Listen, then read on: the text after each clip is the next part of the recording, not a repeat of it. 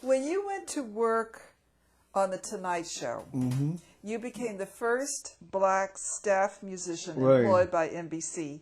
Please give us a history about how and why you were hired. You know how that came about?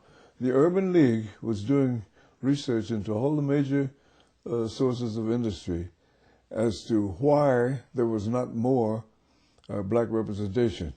So they went to everybody, and they went to NBC because they didn't see any black people playing television on television, and they were all aware of the fact that ABC was compelled to maintain a staff of 175 musicians, CBS 175, and NBC 175.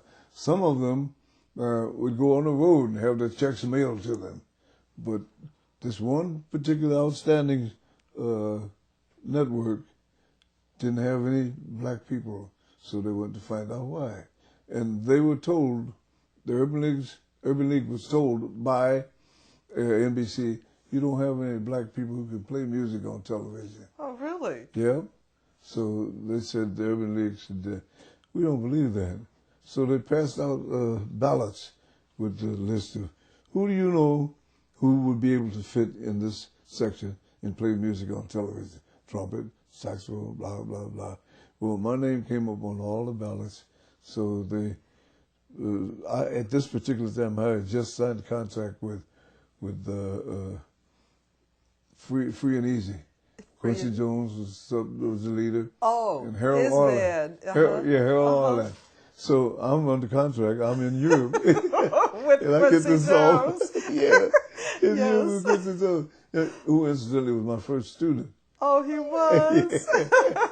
Yeah. So I'm under contract, so I had to stay there. But just as luck would have it, we started the show, got it started, and we went to Paris and we were engaged at the Maurice Chevalier Theater. And of course, it's all French speaking, and we had an English speaking show. We had intended to make it back to New York, you know, but the English speaking show in the French speaking country was a no-no. So we came in just on that week that this NBC thing was happening with the Urban League. It was a big sign-up. Finished, you know. So I jumped Poor on the Mr. phone. So I called home and said, hey, tell the NBC agent, that if that offer still goes, I'll be home on the first thing smoking. And then you started this. Do you remember the year for this? I don't. You know, I'm very bad at years because I find that when you start thinking about years, you start to put a damper on yourself. Perhaps in the early '60s. Perhaps it probably was. Yeah. Okay. Yeah. All right. And do you remember who was the second African American musician to be hired by NBC? Was there someone who joined the band later? You know, as a matter of fact, before me, Milt Hinton and Teddy Wilson were hired, but just sporadically. You know, I see. When they wanted something special, you know. So you were the first full-time. On staff, yeah. I see, on the staff. Yeah. Okay. And after I was there a while, the Urban League pressured them a little more. Said, you got 175 now. Come on there. You can do a little better than that. So they pressured them into getting another black person. And this time, Aaron Levine, who was the contractor for NBC, came to me and said, oh, Clark, you got to find me one of your buddies who's a good trumpet player and dig all the prerequisites. He has to be married. He has to have children. He has to play first trumpet. He has to be a good soloist. And he has to be perfectly on time and dressed immaculately.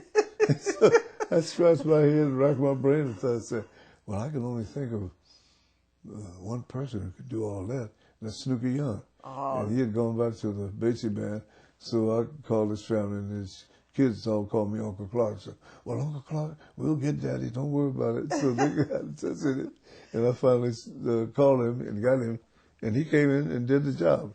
Now, after we got him on the station, the heat is off the NBC now. Oh, because there are two.